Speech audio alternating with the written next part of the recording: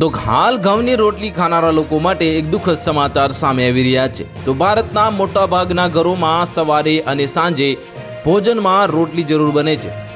રોટલી વગર ભોજનની થાળી અધૂરી માનવામાં આવે છે। જ્યાં સુધી થાળીમાં રોટલી, દાળ, ભાત અને શાક ન હોય તો ભોજન અધૂરું માનવામાં આવે છે। આપણે આપણા પરિવારની પસંદનો ખ્યાલ રાખવો હોઈએ, પરંતુ અજાણતા ભૂલ કરીએ તો તેની અસર પરિવારના સ્વાસ્થ્ય પર પડે છે।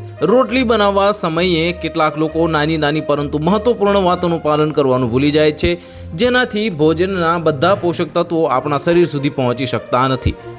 લોટ ગૂંથવાથી લઈને રોટલી શેકવા સુધી દરેકનો યોગ્ય રીતે એની રીત હોય છે, જેને ફોલો કરવાથી ભરપૂર ફાયદો મળે છે।